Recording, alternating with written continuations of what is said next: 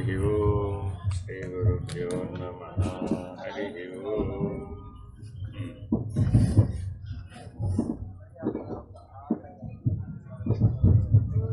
ప్రవృత్తం కర్మ సంసేవ్య దేవానామేతి సామ్యత నివృత్తం సేవమానాస్తు భూతాన్యత్యేతి పంచవై. ప్రవృత్త కర్మలకు యజ్ఞ దానాదులను అనుష్ఠించుటచే దేవతలతో స్వర్గలోకమునందు సమానతను పొందుచున్నారు. ప్రవృత్తి కర్మకి ఫలితం ఏమిటి? స్వర్గలోకాలు అనుభవించవచ్చు, దేవతా స్థితిని అనుభవించవచ్చు. అంటే దేవతలందరూ కూడా ఏ రూపంలో ఉంటారు? మానవ రూపంలోనే ఉంటారు. రాక్షసులందరూ ఏ రూపంలో ఉంటారు? అది కూడా మానవ రూపంలోనే ఉంటారు. తామసిక కర్మ చేసేవారందరూనేమో అధోలోకాలలో జీవిస్తూ జడ స్థితిలోని జీవిస్తూ రాక్షస ప్రవృత్తి కలిగిన వారు. రజగుణం కలిగిన వారందరూ కూడా మానవ లోకంలో మానవులుగా మానవ ప్రవృత్తి కలిగిన వారు. సాత్వికమైనటువంటి యజ్ఞ దాన తపస్సులను ఆచరించేటటువంటి వారు దైవీ ప్రవృత్తి కలిగిన వారు. ప్రవృత్తిలో భేదాలు చెప్తున్నాడు. ఇదంతా ప్రవృత్తిలో భేదమే. దీనికంటే ఉత్తమమైనది ఏది? నివృత్తి. నివృత్తి మార్గంలో ముక్తే లక్ష్యం. నివృత్త కర్మాభ్యాసము చేత శరీర జన్మలను కలిగించు పంచభూతములను అతిక్రమించి దానికి పరబ్రహ్మ సాక్షాత్కారమును పొంది ముక్తుడగుచున్నాడు. అది పరబ్రహ్మ సాక్షాత్కారం కలగందే ముక్తి లేదు. అయితే పరబ్రహ్మ సాక్షాత్కారం దేనివల్ల కలుగుతుంది? కేవలం నివృత్తి మార్గంలో మాత్రమే కలుగుతుంది. కాబట్టి ఎప్పటికైనా మానవుడు ఏం చేయాలి? ప్రవృత్తించి నివృత్తికి మారాలి. అది ఎప్పటికీ ప్రవృత్తిలోనే కనుక ఉండిపోతే మనం కర్మక్షేత్రంలోనే జీవిస్తూ ఉంటాం.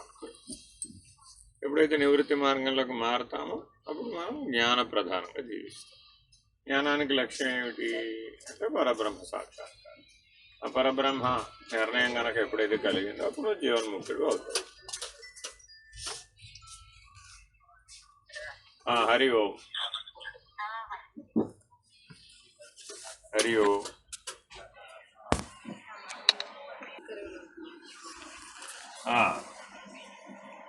పరోక్షానుభూతి అందును ఆత్మబోధమునందును ఇదే ఉపదేశించి ఉన్నారు.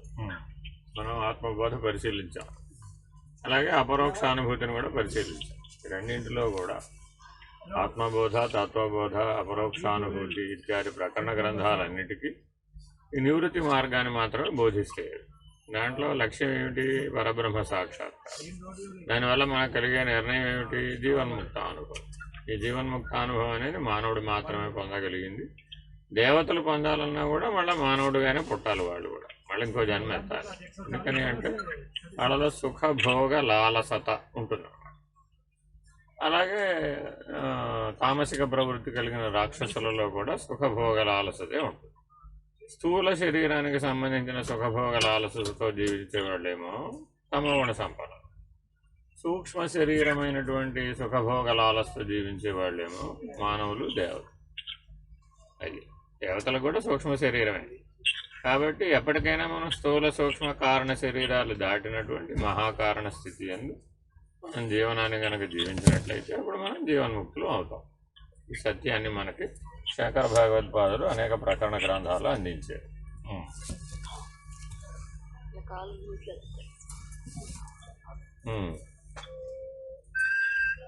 స్వర్ణాశ్రమ ధర్మేణ తపసా హరితోషణాత్ సాధనం ప్రభవేత్ పుంసాం వైరాగ్యాది చతుష్టయం.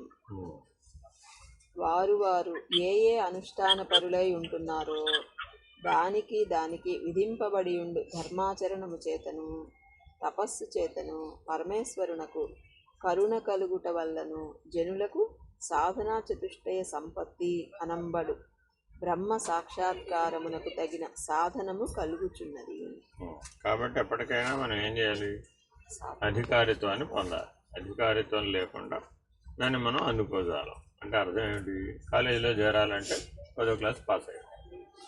అలాగే డిగ్రీ కాలేజీలో చేరాలంటే ఇంటర్మీడియట్ పాస్ అయ్యాలి. అలాగే మనం యూనివర్సిటీలో చేరాలంటే పోస్ట్ గ్రాడ్యుయేట్ అయ్యాలి. పిహెచ్డీలో చేరాలంటే దాని అధికారిత్వం దానికి ఉందా లేదా? ఇక్కడ లౌకిక విద్యలందే అధికారిత్వం తప్పనిసరి కదా. మరి పారమార్థిక విద్యలలో ఆముష్మికమైనటువంటి పరిజ్ఞానాన్ని, అలౌకికమైనటువంటి జ్ఞానాన్ని పొందాలి అంటే దానికి తగిన సాధన చతుష్టయ సంపత్తి ఉండాలి. అది లేకుండా అధికారిత్వం కుదరదు. దాంతోపాటు ఏముండాలి? చతుర్విధ శుశ్రూషలు ఉండాలి. దాంతోపాటు ఏముండాలి? చతుర్విధ శుశ్రూషలు ఉండాలి. సాధన చతుష్టయ సంపత్తి, ఒక గురువు దగ్గర చతుర్విధ శుశ్రూషలు, ఈ రెండు ఉన్నప్పుడే అది వీలవుతుంది, లేకపోతే వీలు కాదు. అందుకని సరి అయినటువంటి బ్రహ్మజ్ఞానం కలిగినటువంటి జీవన్ముక్తుడైనటువంటి గురువుని వెతుక్కుని ఆయన దగ్గర మీరు మీ సాధన చతుష్టయ సంపత్తిని, చతుర్విధ శుశ్రూషల్ని ఎవరైతే పూర్తి చేసుకుంటారో వాళ్ళకి నివృత్తి మార్గాన్ని బోధిస్తాడు. మిగిలిన వాళ్ళందరూ ప్రవృత్తి మార్గాన్నే బోధిస్తారు. జీవన్ముక్తుడు కానటువంటి గురువుని కనుక నువ్వు ఆశ్రయించినట్లయితే వచ్చే నష్టం ఏమిటంటే అతను మీకు ప్రవృత్తి మార్గాన్ని బోధిస్తాడు. ఇది గ్రహింపు ఉండాలి. తపోభిక్షీణ పాపానాం శాంతానాం నేతరాదినాం ముముక్షూణామపేక్షో ఆత్మబోధో విధీయతే. ఆత్మబోధలో మొదటి శ్లోకం. శాస్త్రోక్తములైన పుణ్యకర్మము చేత దురితములు నశించుట వలన శుద్ధమైన అంతఃకరణములు కలవారును, ఐహిక ముష్మిక ఫలభోగేచ్ఛ లేనివారును, మోక్షాపేక్ష కలవారునైన జనులకు ఈ గ్రంథము విధింపబడుచున్నది. అధికారితో 3 మాటల్లో చెప్పాడు. ఏమిటది? ఆ 3 మాటలు మళ్ళా శాస్త్రోక్తములైన పుణ్యకర్మము చేత దురితములు నశించుట వలన శుద్ధమైన అంతఃకరణము కలవారు. Very very important. మొదటి అధికారిత్వం అది. శుద్ధాంతఃకరణం ఉండాలి. ఆ శుద్ధాంతఃకరణానికి ఏం చేయాలి? మనం శాస్త్ర విహిత కర్మలను ఆచరించాలి. దానిని ఆచరించి శుద్ధాంతఃకరణాన్ని పొందాలి. మొట్టమొదట శుద్ధాంతఃకరణం అంటే అసలు ఇప్పుడు మనకు ఉందా లేదా? ఎవరికి వాళ్ళు చెక్ చేసుకోవాలి. ఉందా లేదా మనకి శుద్ధాంతఃకరణం? ఉందా లేదా మనకి? అంటే ఏముండకూడదు అందులో? అంతఃకరణంలో రాగద్వేషాలు, భయభీతి ఉండకూడదు. ఉంటే కానీ మరిన అంతఃకరణం. ఐహిక ముష్మిక ఫలభోగేచ్ఛ లేనివారు. రెండో పాయింట్ అది. అంటే అర్థం ఏంటి? ఇహంలో సుఖం కావాలి లేదా పరంలో సుఖం కావాలి. ఐహిక ఆముష్మిక సుఖ భోగ ఇచ్ఛ మనలో తప్పక ఇప్పుడు ఉండేది ఏమిటి అంటే సుఖాపేక్ష. ఆ సుఖాపేక్షకే జీవభావం అని పేరు. అది ఎప్పుడైతే మనలో బలంగా ఉంటుందో అప్పుడు ఎప్పటికప్పుడు దాన్నే ప్రయత్నిస్తూ ఉంటాం. మోక్షాపేక్ష కలవారునైన జనులకు మూడో లక్షణం ఏంటి? మోక్షాపేక్ష. వీటితో పాటు ఏముండాలి? తీవ్ర మోక్షేచ్ఛ కూడా ఉండాలి.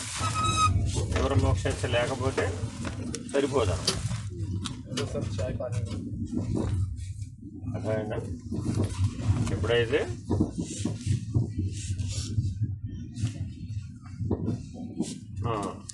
తీవ్ర మోక్షేచ్ఛ లేదు, ఒకవేళ మొదటి 2 ఉన్నప్పటికీ కూడా మనం దాన్ని పొందలేదు. అంటే ఏంటి? మొదటిది ఏంటి? శుద్ధాంతఃకరణం. రెండవది ఏంటి?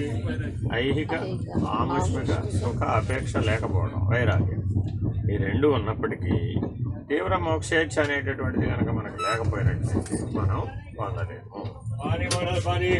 అనేక మోక్ష క్షేత్రాలు, అవిముక్త క్షేత్రాలు ఎన్నో ఉన్నాయి కదా. కాశీ, కాంచి, అవంతిక, పురి, ద్వారవతి, జైవ అని మనం సప్తైతే మోక్షదాయక అని 7 మోక్ష పట్టణాలు చెప్పుకోండి. ఈ మోక్ష పట్టణాలలో మరి జీవించే వాళ్ళందరి దగ్గర శుద్ధాంతఃకరణం ఉందా లేదా? ఉంది కదా. అక్కడే జీవిస్తారు, శాస్త్రవిహిత కర్మల్ని ఆచరిస్తారు. ఆ క్షేత్రంలో ఏ ధర్మాలు పాటించాలో ఆ ధర్మాలన్నీ పాటిస్తారు. అక్కడ తీర్థము క్షేత్రము 2 అందుబాటులో ఉంటాయి. సదా ఈశ్వర సేవనం చేస్తూ ఉంటారు, సాత్విక జీవనం జీవిస్తూ ఉంటారు. మరి సరిపోతుందా? వైరాగ్యం లేకపోతే సరిపోతుంది. కాబట్టి వైరాగ్యం కూడా ఉంటుంది. వైరాగ్యం కూడా ఉంది, కానీ మనకి పరబ్రహ్మ సాక్షాత్కారాన్ని పొంది నేను జీవన్ముక్త అనుభవ స్థితిని పొందాలి అనే తీవ్ర మోక్షేచ్ఛ కనుక మనలో లేకపోయినట్లయితే అది పునరపి జననం, పునరపి మరణానికి కారణమవుతుంది. కాబట్టి ఈ 3 అధికారిత్వం. సాధన చతుష్టయ సంపత్తి, చతుర్విధ శుశ్రూషలు దేని కొరకు అంటే ఈ 3 కొరకే. అవి 2 మొదట చెప్పాడు. అవి 2 ఎందుకు కావాలి మీకు? ఈ 3 సంపాదించాలి. ఈ 5 కలిపి అధికారిత్వం అంటారు. సాధన చతుశ్రేయ సంపత్తి, చతుర్విధ శుశ్రూషలు, శుద్ధాంతఃకరణము, ఐహిక ఆముష్మిక సుఖ భోగ అపేక్ష లేకుండా కేవలం ముముక్షత్వం. ఈ 5 లక్షణాలను కలిపి అధికారిత్వం అంటారు. ఈ అధికారిత్వం ఉన్నటువంటి వాళ్ళకే ఈ మార్గంలో, నివృత్తి మార్గంలో అభిలాష ఉంటుంది. అసలు నివృత్తి మార్గంలో ప్రయాణం చేయాలనే అభిలాష కలగాలంటేనే ఈ 5 ఉండాలి. ఈ 5 లేకపోతే మీకు నివృత్తి మార్గం పనిచేయదు, సందేహం లేదు. మీరు ఎక్కడికక్కడ చూసుకోవచ్చు. ఈ 5 మీ ప్రతి జీవితంలో ప్రతి క్షణంలోనూ కనబడతా ఉంటాయి. ఈ 5 ఉన్నవాడు నివృత్తి మార్గంలోనే స్థిరంగా ఉంటాడు. ఈ 5 లేకపోతే మాత్రం తప్పనిసరిగా మనం ప్రవృత్తి మార్గంలోకి వచ్చేస్తాం. ఇదే రీతిగా శ్రీకృష్ణ భగవానుడును గీతలో తెలిపెను. యజ్ఞ దాన తపః కర్మ న త్యాజ్యం కార్యమేవ తత్ యజ్ఞోదానం తపశ్చైవ పావనాని మనీషిణాం. మనీషిగా పరిణామం చెందడానికి కావలసిన బ్రహ్మజ్ఞానం కలిగేంత వరకు కర్మత్యాగం చేయకూడదు. కర్మ ఫలత్యాగం చేయాలే కానీ కర్మత్యాగం చేయకూడదు. ఎందుకని? కర్మత్యాగం చేస్తే అసలు నీకు ఉన్న మార్గమే మూసుకుపోయింది. అందుకని సత్కర్మాచరణని ఎప్పటి వరకు విడవకూడదయ్యా అంటే అది నిన్ను వదిలేసేదాకా విడవకూడదు. నువ్వు విడవకూడదు, కానీ అది నిన్ను వదిలేసేటటువంటి స్థితి వస్తుంది అనమాట ఒక దశలో. ఎవరికైతే పరబ్రహ్మం అనే నిర్ణయం కలిగిందో అతడినే వదిలేస్తుంది కర్మ, వాడు వదలక్కర్లా. కాబట్టి నివృత్తి మార్గంలో పద్ధతి ఏమిటి అంటే అది నిన్ను వదిలిపెట్టే పద్ధతే కానీ నువ్వు పట్టితిని నువ్వు విడిచితిని అనేది ఉండదు అన్నమాట. ప్రవృత్తి మార్గంలోనే నేను పట్టాను, నేను విడిచాను. ఏదో 3 రోజులు దీక్ష పట్టాను, 30 రోజులు దీక్ష పట్టాను, లేదు 40 రోజులు మండల దీక్ష పట్టాను, లేదు నక్తాలు, లేదు కృత్య చాంద్రాయణాది వ్రతాలు, లేదు చతుర్మాస వ్రతాలు, ఇలా అనేక వ్రతాలు వగేరాలన్నీ దీక్షలు నేను పట్టుకున్నానని, ఆ దీక్ష అయిపోగానే విడిచానని, ఈ 2 ఉన్న ప్రవృత్తి మార్గంలోనే ఉంటాయి. నివృత్తి మార్గంలో పట్టడం ఉండదు, విడవడం ఉండదు.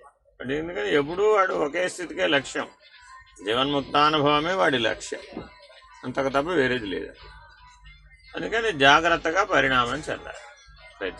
మేము ఏ ఆశ్రమ ధర్మంలో జీవిస్తూ ఉన్నా నివృత్తి మార్గంలో ఉన్నావా లేదా, ఆ నివృత్తి మార్గానికి అధికారి లక్షణాలైన 5 లక్షణాలు ఎప్పుడూ ఉన్నాయా లేదా, నీ లక్ష్యం పరబ్రహ్మ సాక్షాత్కారమే అయి ఉన్నప్పుడు అప్పటి వరకు ఆగకుండా వెళ్ళాలన్నమాట.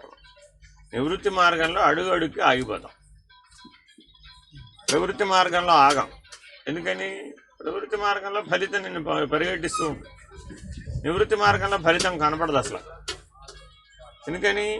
జీవితం అంతా ప్రయత్నిస్తే కానీ ఫలితం నిర్ణయం కాదు. ప్రవృత్తి మార్గాలు అలా కాదు. ఇప్పుడు మీరు ఆకలి వేసింది, భోజనం చేశారు, వెంటనే ఫలితం వచ్చేస్తున్నారు. దాహం వేసింది, మంచినీళ్ళు తాగారు, ఫలితం వచ్చేస్తుంది వెంటనే. ఇట్లా ప్రవృత్తి మార్గంలో వెంటనే ఫలితం కళ్ళు ఎదురకుండా కనబడదు. కాబట్టి నిర్ణయించడం కూడా సులభం. అక్కడ పిల్లవాడు ఏడ్చాడు, తల్లి ఎత్తుకుంది, ఆపేసాడు, వెంటనే ఫలితం కనబడుతున్నాడు. కోరిక, ప్రయత్నం, ఫలితం వెంటనే జరిగిపోతాయి ప్రవృత్తి మార్గం. నివృత్తి మార్గంలో అట్లా జరగదు. ఇంకా నివృత్తి మార్గంలో అంతరాంతరాలలో పరిణామం తీసుకొచ్చే విధానమే కానీ బయట కనబడేది కాదు. కానీ చాలా జాగ్రత్తగా నివృత్తి మార్గంలో ప్రయాణం చేయాలి. ఫలాభిలాష లేని వారికి యజ్ఞమును, దానమును, తపస్సును పవిత్రములైనవి. అది ఫలాభిష్టాన్ని కలిగితే అవే పనులు చేసాం, ఫలం దృష్ట్యా చేసాం, అప్పుడేమైంది? అది అపవిత్ర కార్యమైంది. ఫలాన్ని అపేక్షించకుండా యజ్ఞము, దానము, తపస్సు కనుక చేసినట్లయితే అప్పుడేమైనా అవి పవిత్ర కార్యములైనవి. అదే ఫలమును అపేక్షించి చేశారు, అప్పుడేమైంది? అపవిత్ర కార్యములైనవి, చిత్తశుద్ధికి కారణములైనవి. ఎప్పుడైతే నువ్వు ఫలాన్ని అడగలేదో దాని యొక్క సహజమైన ఫలితం ఏమిటంటే చిత్తశుద్ధి కలుగు. ఫలితాన్ని అడిగేవనుకో అప్పుడు చిత్తశుద్ధి కలగదు. రోజు రుద్రం చేయండి అమ్మా అన్నాను. ఎంతకాలం చేయమంటారండి అన్నారు. ఎంతకాలం చేయాలి? నీకు రుద్రుడికి భేదం లేదని నిర్ణయం అయ్యేదాకా చెయ్యాలి. అది నివృత్తి మార్గం. అదే ప్రవృత్తి మార్గం. మా అబ్బాయి పెళ్ళి అయ్యేంత వరకు చేస్తానండి. ఓకే, పెళ్ళి అయిపోతుంది. పెళ్ళి అయిపోగానే మానేస్తాడుగా వెంటనే, ఫలితం వచ్చేసిందిగా, ఇది ఎక్కలేదుగా, అంతే. ఇలాగా ఆర్తుడు, అర్ధార్థి, జిజ్ఞాసు వీళ్ళ ముగ్గురు కూడా ప్రవృత్తి మార్గానికి సంబంధించి, జ్ఞాని ఒక్కడే నివృత్తి మార్గానికి సంబంధించి. కాబట్టి వీడు నిరంతరాయంగా చేస్తూనే ఉంటాడు. సదా, నిరంతర, వాడికి 2 లక్షణాలు. సదా 3 అవస్థలోనూ చేస్తాడు, నిరంతరాయంగా చేస్తాడు. ఎప్పటిదాకా చేస్తాడు? అది వాడిని వదిలేసేదాకా చేస్తాడు. అందువలన యజ్ఞ దాన తపోరూపమగు కర్మము విడువ తగినది కాదు. అది ఎప్పుడూ విడవకూడదు. చాలామంది ఏమనుకుంటున్నారు మన వాళ్ళందరూ, ధ్యానం చేయడం మొదలు పెట్టగానే ముందు ఇవన్నీ వదిలేయాలి. ఇవన్నీ వదిలేస్తే ఏం చేస్తావు? సరే వదిలేసావు, ఏం చేస్తావు? అప్పుడు కేవలం తామసిక కర్మే చేస్తావుగా. విషయాల్లో ప్రవర్తించడం అనేది మానలేదుగా. అవి వదిలేసినంత మాత్రాన నీ సంసార సంగతులు కానీ, నీ వ్యక్తిగతమైన విషయాలు కానీ నేను వదిలిపెట్టినయ్యా? వదిలిపెట్టలేదుగా. మరి వదిలిపెట్టినప్పుడు చేసే సత్కర్మాచరణ కూడా వదిలిపెట్టేస్తే అప్పుడు మరి ఎట్లా సాధ్యం అవుతుంది? వీలు కాదు కదా. కాబట్టి సత్కర్మాచరణ, సదాచార ప్రవర్తన అనేది ఎప్పుడు కూడా నీ అంతటా నువ్వు వదలదగినవి కావు. అవి నిన్ను వదిలిపెట్టేస్తాయి కొంతకాలం తర్వాత. నీకు నిజంగా జ్ఞానం అంటూ అబ్బితే అవే నిన్ను వదిలేస్తాయి. అవి నిన్ను వదిలేసినప్పుడు నువ్వు చేయక్కర్లేదు, ఎందుకని అధిగమించేసావు కాబట్టి. యజ్ఞ దాన తపోరూపమగు ఆ కర్మము తప్పక చేయవలసినదియే అగుచున్నది. ఇట్లు అంతఃకరణ శుద్ధి కలుగనిచో బ్రహ్మ విచారము గాని, యోగ సాధన కాని, అనన్య భక్తి గాని స్థిరముగా వెరీ ఇంపార్టెంట్. స్థిరంగా ఎందుకు ఉండటం లేదంటే ఇవి లేవు కాబట్టి అంతే. ఎట్లన తామ్రాది లోహములకు సువర్ణ పూత వేయవలసి ఉండిన శుభ్రపరిచిన మాత్రమే బంగారము అంటుకొను, లేనిచో అంటుకొనజాలదు. అంటే ఇప్పుడు 1 గ్రామ్ గోల్డ్ తయారు చేయాలనుకోండి, ముందు ఏం చేయాలి? ఇత్తడి వస్తువులకి చిలుము లేకుండా ముందు వాటిని శుభ్రపరచాలి. వాళ్ళంటే చిలుము పెట్టున్నాయి అనుకోండి, దాని మీద గోల్డ్ కోటింగ్ నిలబడదు, అతుక్కోదు అనమాట. అలాగే మనకు కూడా ఇప్పుడు బ్రహ్మజ్ఞానం అనే గోల్డ్ అతుక్కోవాలన్నమాట. మనం ఎవరు? ఇత్తడి వస్తువులు. మనకి విషయవాంఛా ప్రాబల్యం చేత, ప్రపంచానుభవం చేత మనకి ఎప్పటికప్పుడు చిలుము తయారవుతుంది. ఇప్పుడు ఏం చేయాలని? సదాచారంతో, సత్కర్మాచరణతో శుభ్రం చేయాలి. చేసిన తర్వాత అప్పుడు 1 గ్రామ్ గోల్డ్ తోటి వేయాలన్నమాట. అప్పటికి 1 గ్రామ్ గోల్డే, మనం ఫుల్ గోల్డ్ కాదనమాట. అది అదే రీతిగా మలిన వస్త్రము శుభ్రపరిచిన మాత్రమే రంగులో అద్దిన పట్టుకొను. అంతే. ఇంకో ఉపమానం చెప్తాను, లేనిచో నిలువజాల. యథామనినే వస్త్రే రంగ శుభతరో నహి క్షాళనే కృతే శుద్ధే సర్వో రంగ ప్రసజ్యతే. దీని అర్థము పైన చెప్పినదే. అదే రీతిగా ఆత్మభావము స్థిరము కలుగవలసి ఉండిన హృదయమును శుద్ధి కలుగవలయును. మలినో హి యథాదర్శో రూపాలోకస్య నక్షమః తథా విపక్వకరణ ఆత్మజ్ఞానస్య నక్షమః. అద్దము నిర్మలపరచనిచో తపదేహము ఏలాగున స్పష్టముగా కనిపించదో, అలాగున విషయాది దోషములచే మలినము కలిగిన హృదయమందు కూడా ఆత్మ సాక్షాత్కార జ్ఞానభావము నిలుకడ కలుగదు. కళ్ళద్దాలు తుడుచుకోకుండా ప్రపంచం అంతా మలినంగా ఉందనుకుంటే ప్రయోజనం లేదు కదా. కాబట్టి ముందేం చేయాలి? కళ్ళద్దాలు సరిగ్గా తుడుచుకోవాలి. అప్పుడు ప్రపంచంలో మాలిన్యం కనపడదు. మనకిప్పుడు ప్రపంచంలో అసత్ అనే మాలిన్యం కనబడుతుందా లేదా? ఎందుకు కనబడుతుంది? మనదంతా సత్ అని చెప్తూ ఉంటే మనకు మాత్రం ఏం కనబడుతుంది? అసత్తే కనబడుతుంది. ఎందుకని? కళ్ళద్దాలు సరిగా లేవుగా. సో కళ్ళద్దాలు సరిగ్గా తుడుచుకొని చూసినట్లయితే అప్పుడేముంది? ఉన్నది సత్తే. మాలిన్యం మన లోపల ఉంది కాబట్టి బయట మాలిన్యం కనబడుతుంది. బాగా గుర్తుపెట్టుకోవాలండి. మానవ జీవితంలో ఎప్పుడూ కూడా లోపము, తాపము, కోపము, పాపము, ఈ 4 ఉంటాయి. బహిర్ముఖం మనం అవ్వగానే మనకు కనబడేది ఏంటి? వాడు అలా బాగలేడు, వీడు ఇలా బాగలేడు, అది ఇలా బాగలేదు, అది అలా బాగలేదు. ఇదేంటిది? లోపభూయిష్ట లక్షణం. ఈ లోపంలో నుంచి ఏమవుతుంది? కోపం వస్తుంది. వాడికి చెప్పాలి ఎప్పుడు మరి? మీరు లోపం గ్రహించగానే ఏం చేస్తారు? వాడికి చెప్పాలనుకుంటారు. వాడికి చెప్పగానే ఏమవుతుంది? గొడవ అవుతుంది. వాడు కూడా అదే దృష్టితో చూస్తాడుగా. నువ్వు ఎలా ఉన్నావో వాడు చెప్తాడు, వాడు ఎలా ఉన్నావో నువ్వు చెప్తే నువ్వు ఎలా ఉన్నావో వాడు చెప్తాడు. కాబట్టి ఇద్దరిలో ఉన్నది ఒకటే దృష్టి. ఇప్పుడు లోప దృష్టి. ఇద్దరు ఎవరి లోపాలు వాళ్ళు చూసుకోకుండా ఎదుటి వాడి లోపాలు చూసుకుని చెప్పారు. మంచే చేశారు, కానీ అది మంచి అనే దృష్టితో స్వీకరించలేదుగా మనం. అహం దెబ్బతింది అక్కడ. ఎదుటివాడు నీ లోపాలు చెప్పగానే ఏమైంది? అహం దెబ్బతింది. నువ్వు లోపాలు చెప్పినప్పుడు వాడిలో కూడా ఏం జరిగింది? అహం దెబ్బతింది. అహం దెబ్బతినగానే కోపం వచ్చింది. లోపమే కోపంగా మారింది. కోపం తర్వాత ఏమైంది? పోట్లాడుకోవడం ఎంతసేపు పోట్లాడుకున్నారు? 5 నిమిషాలే పోట్లాడుకుంటారు. ఆ తర్వాత బాధ ఎంతసేపు పడ్డారు? అది చాలా టైం పడుతుంది. ఆ దెబ్బ తగిలింది మామూలు అవ్వడానికి అది 50 నిమిషాలు పట్టచ్చు, 5 రోజులు పట్టచ్చు, 5 నెలలు పట్టచ్చు, 5 సంవత్సరాలు పట్టచ్చు. అదేం మార్చలేదు. అది తాపం అనమాట. అది లోపము, కోపము, తాపం. ఈ తాపం అనుభవించినంత కాలం నీ లోపల పాపం గూడు కట్టుకో. ఏమిటయ్యా పాపం గూడు కట్టుకోవడం అంటే రాగద్వేషాలు. ఆ వ్యక్తి ఎడల నీకు రాగద్వేషాలు కలిగిన. ఎన్నిసార్లు చెప్పినా ఆయన మార్చుకోడు అంటుంది ఈవిడ. ఎన్నిసార్లు చెప్పినా ఆవిడ మార్చుకోదండి బాబోయ్ అంటాడు ఆయన. అంతే. ఇప్పుడు ఏమైంది? ఇప్పుడు ఇద్దరు మధ్య ఇద్దరూ వాస్తవంగా ఆత్మస్వరూపులు, ఇద్దరూ వాస్తవంగా బ్రహ్మస్వరూపులు, ఇద్దరూ వాస్తవంగా చైతన్య స్వరూపులు, ఇద్దరూ వాస్తవంగా ఈశ్వర స్వరూపులు. ఆ ఉనికిలో భేదం లేదుగా. కానీ వ్యవహారంలో ఏమైపోయింది? ఇప్పుడు లోపము, కోపము, తాపము, పాపం. పాపం అంటే ఏంటంటే బలమైన రాగద్వేషాలు. ఆయన వేరే, నేను వేరే అనేటటువంటి బలమైన దృక్పథం ఎప్పుడైతే మనలో ఏర్పడిపోయిందో మన హృదయము కాస్త అప్పుడు ఏమైంది? మలినమైంది. అంటే హృదయ మాలిన్యం ఈ 4 మాటలతో ముడిపడి ఉంటుంది. లోపము, కోపము, తాపము, పాపం. అంతే. ఈ 4 హృదయంలోంచి ఉద్భవిస్తాయి అన్నమాట. అందుకని మనం హృదయంలో ఉన్నటువంటి పరమాత్మని దర్శించలేకపోతున్నాం. ఈ 4 ముసుగులు పడిపోయినాయి హృదయాన్ని. అప్పుడు ఏమైంది అంటే మీ ఆయన పరమేశ్వరుడేనమ్మా, మా ఆయన పరమేశ్వరుడు అంటే ఐ డోంట్ యాక్సెప్ట్. నాయన మీ శ్రీమతి గారు ఎవరు అనుకుంటున్నావయ్యా? జగజ్జననయ్యా, పరాత్పరి అంటే ఒప్పుకుంటారంటారు. ఆ హృదయం మీద లోపము, తాపము, పాపము అనేటటువంటివి పడిపోయేటప్పటికి మీరిద్దరూ పార్వతీ పరమేశ్వర్లు అని వాళ్ళు చూడండి. ఎవరైనా మీరు ఎవరింటికైనా వెళ్ళారండి, ఎవరైనా ఆశీర్వదించారండి, ఏమంటారు? వా సమయానికి పార్వతీ పరమేశ్వర్లాగా వచ్చారండి మా ఇంటికి, నూతన వధూవరులను ఆశీర్వదించండి స్వామి అంటారా లేదా? మరి మీరు అప్పుడు వాళ్ళలో ఎవరిని చూస్తున్నారు? ఆ పార్వతీ పరమేశ్వరు మరి ఎప్పుడు వాళ్ళు ఉంటారంట? అప్పుడే ఉంటారా? ఆ క్షణమే ఉంటారా? వాళ్ళ యొక్క స్వస్థితి స్వరూపం అదేగా. అసలు అందరిలో అర్ధనారీశ్వర స్వరూపంగా వాళ్ళు ఎప్పుడూ ఉన్నారుగా. అందుకే వాళ్ళిద్దరే అర్ధనారీశ్వరులు.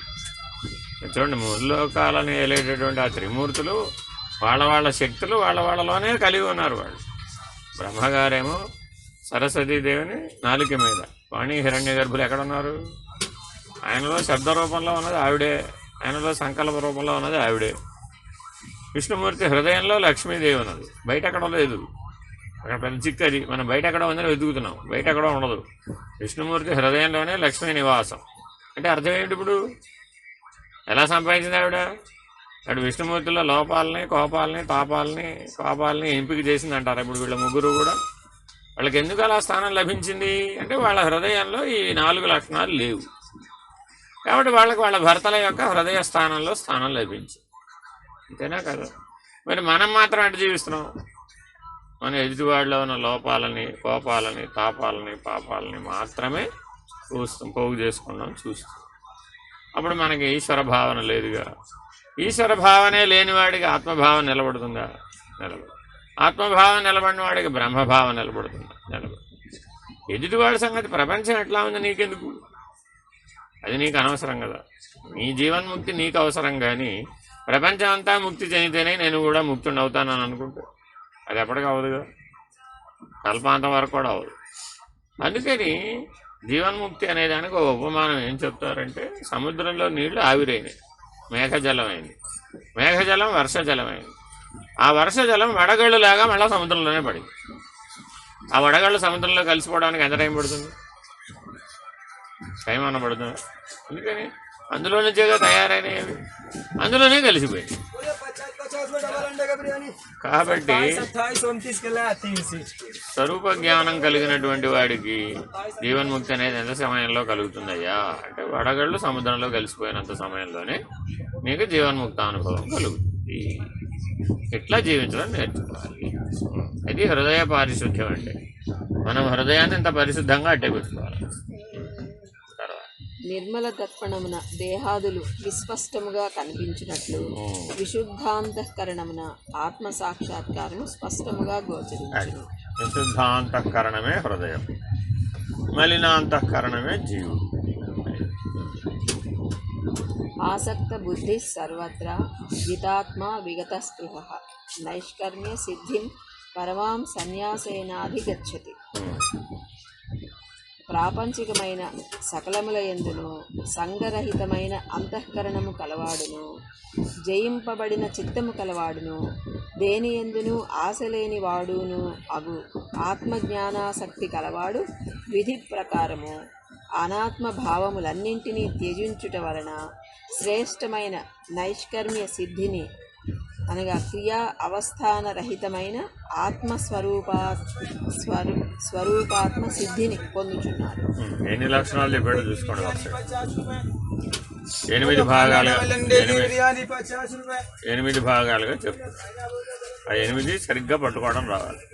అది అదే క్రమంలోనే మనకు పరిణామం వస్తుంది. వికాసం వివేకం అలాగే వస్తుంది. మనం ఎక్కడ దాకా ఆగిపోయామో చూసుకోవాలి. ఆ 8 లక్షణాలు మనలో పర్ఫెక్ట్గా ఉండాలన్నమాట.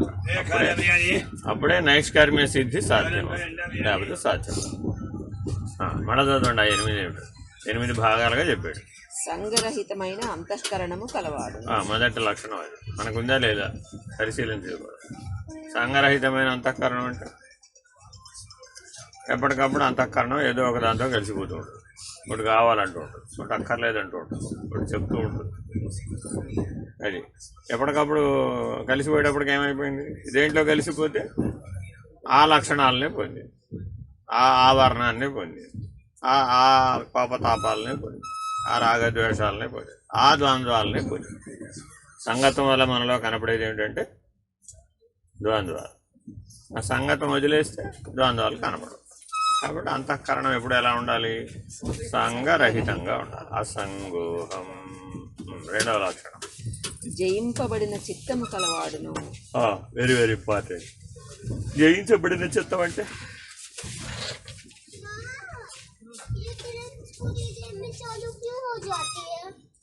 జయించబడిన చిత్తం అంటే చిత్తంలో ఏముంటాయి? వృత్తులు ఉంటాయి. ఆ వృత్తులన్నీ కూడా నీ చేత జయించబడాలి. ఎందుకని? ఏ వృత్తికైనా అహమే ఆధారం, కర్తే ఆధారం, భోక్తే ఆధారం. ఆ కర్త భోక్త రూపంలో వృత్తులన్నీ ఉంటాయి. అయితే కర్తగా అయినా ఉంటాయి, లేకపోతే భోక్తగా అయినా ఉంటాయి. ఆ వృత్తులన్నీ జయించబడాలి. ఎవరు జయించాలి? నువ్వే జయించాలి. నేను సాక్షిగా ఉంటున్నానండి అంటున్నావా లేదా? నీ సాక్షిగా ఉంటావు ఎప్పుడు కరెక్ట్, ఎప్పుడు సత్యం అంటే ఈ చిత్తవృత్తులు నీ చేత ఎప్పుడైతే జయించబడ్డాయో, ఏ కర్తృత్వం ఎందు కానీ ఏ భోక్తృత్వం ఎందు కానీ నీకు అనుభవించాలనే అనుభవం పునరావృత్తి లేకుండా ఉంటుందో అప్పుడేమైంది? చిత్తవృత్తులు జయించబడ్డాయి. దేని యందును ఆశ లేని వాడును నగు ఆత్మజ్ఞానాసక్తి గలవాడు. 3వ పాయింట్, దేని యందు ఆశ లేవు. ఆశ లేకపోవడం మనకు ఆశ ఉందా లేదా చూసుకోవాలన్నమాట. ఎవరికి వాళ్ళు ఇలా మేము మీ అంతఃకరణాన్ని మిమ్మల్ని మీరే ఇట్లా పరిశీలించుకోవాలి. ఇది అద్దంలో చూసుకోవడం. ఆశయే ఇహపర దుఃఖం, ఆశయే భవనాశయుక్తి, ఆశయే జన్మకు కారణం.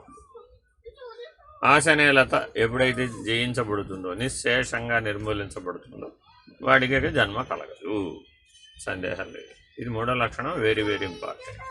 ఈ చిత్తవృత్తి తర్వాతే తెలుస్తుంది. చిత్తవృత్తి జయించబడకుండా ఈ ఆశ అనేది అసలు తెలియబడదన్నమాట.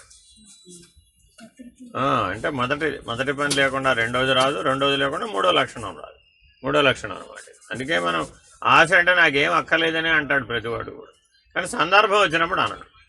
మామూలుగా ఉన్నప్పుడు అంటాడు, కానీ సందర్భం వచ్చినప్పుడు మాత్రం అనడు. ఎలాగా చెప్పండి చూద్దాం.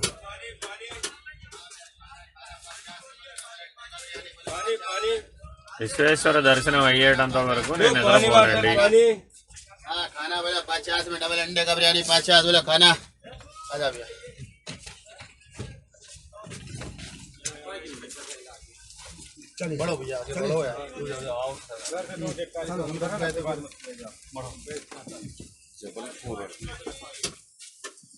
आइए इधर पढ़ो तुम लेके चलो और आगे चलो आ गया अनमोल से रिकॉर्ड बढ़ो तो बढ़ा अरे उल्टा दिया है इधर से। उल्टा कर दिया। चलो एक दो उस साइड में है, चलिए ले लेते हैं उससे अंदर पिनो। चलो आओ थोड़ा सा करना अंदर उधर जा तुम ले जा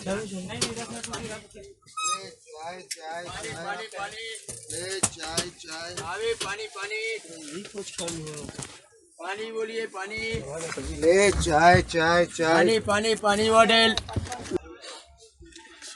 तो गरम गरम अंडा बिरयानी अंडा खाओ सर डबल अंडा बिरयानी बोलो चाय अंडा बिरयानी चाय चाय गरम है सब बढ़िया ताजा फ्रेश डबल अंडे का बिरयानी बोलो डबल अंडा దేని ఎందును ఆశ లేని వాడును ఆత్మజ్ఞానాసక్తి కలవాడు. बढ़िया गरम गरम ఆశ లేకపోవడంతో పాటు ఇంకా 2 అదనపు లక్షణాలు కూడా కావాలి. ఏమిటది? मिर्ची दूंगा मिर्ची खाएंगे सर ఆశ లేదని చెప్పినంత మాత్రాన సరిపోదు. खा लो गरम गरम है सर बढ़िया నాకు జన్మ కావాలి అనే ఆసక్తి మిగిలిపోవు. దాంతో పాటే ఏకకాలం ఈ రెండు ఒకసారి జరుగుతుంది. అంటే ఆశ లేకపోవడం అనే ఒక పరిణామం వచ్చేటప్పుడే నాకు పునః శరీరం అవసరం లేదు అనే పరిణామం కూడా పూర్తి చేసుకోవాలి. ఏ మూలైనా సరే ఐహిక ఆముష్మికాలకు సంబంధించినటువంటి జన్మ అంటే 14 భువనాలలో ఏదో ఒక భువనంలో 14 భువనాలలో ఏ భువనంలో అయినా సరే నాకు ఒక అనుభవం కావాలి అనేటటువంటి ఆసక్తి మిగిలింది. కేవలం స్థూల శరీరం స్థూల ప్రపంచానికి సంబంధించిందే కాదు, 14 భువనాలకు సంబంధించినటువంటి ఏ అంశమైనా మనకు కనుక మిగిలి ఉంటే ఆసక్తి అంటే సాధకులకు అష్టసిద్ధులకు సంబంధించినవి కానీ లేదా 14 భువనాలలో ఏ రకమైనటువంటి సూక్ష్మ శరీరానుభవం మీద కానీ ఆసక్తి కనుక మిగిలి ఉంటే మరో దానికోసం జన్మెత్తాలి. కాబట్టి నాకు జన్మ అవసరం లేదు ఇక అనేటటువంటి నిర్ణయము ఆశ లేకపోవడం రెండు ఒకసారి పరిణామం చెందాలి. తర్వాత ఏమవ్వాలి? తప్పక నేను ఆత్మసాక్షాత్కార జ్ఞానాన్ని అనుభవాన్ని పొందాలని అనే నిర్ణయం ఉండదు. ఇవన్నీ ఈ లక్షణాలన్నీ వనగూడిన నాడే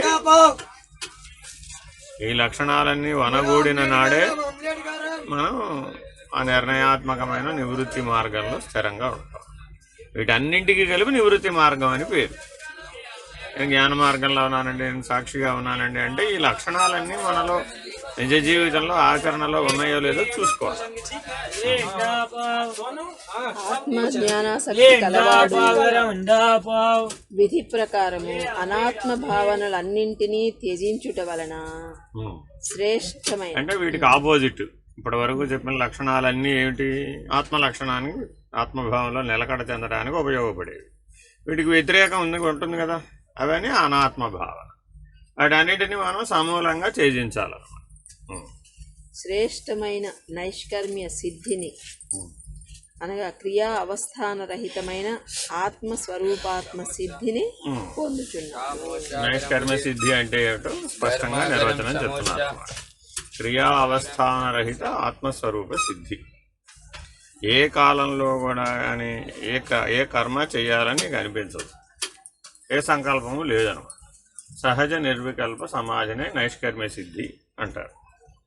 అంటే అతనికి ఏ కాలంలో కూడా సంకల్పం కలగదు. ఇంతకీ జీవులందరినీ ఉద్ధరించాలని ఈశ్వరుడు సంకల్పించాలా వద్దా?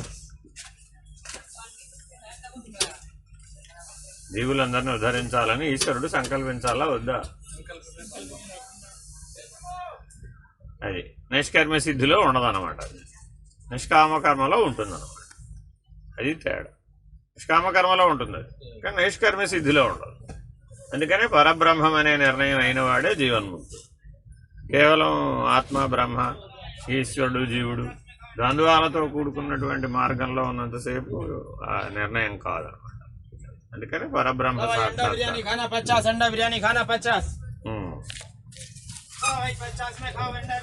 సిద్ధిం ప్రాప్తో యథా బ్రహ్మ తథాప్నోతి నిబోధమే సమానేనైవ కౌంతేయ నిష్ఠా జ్ఞానస్యయా పరా.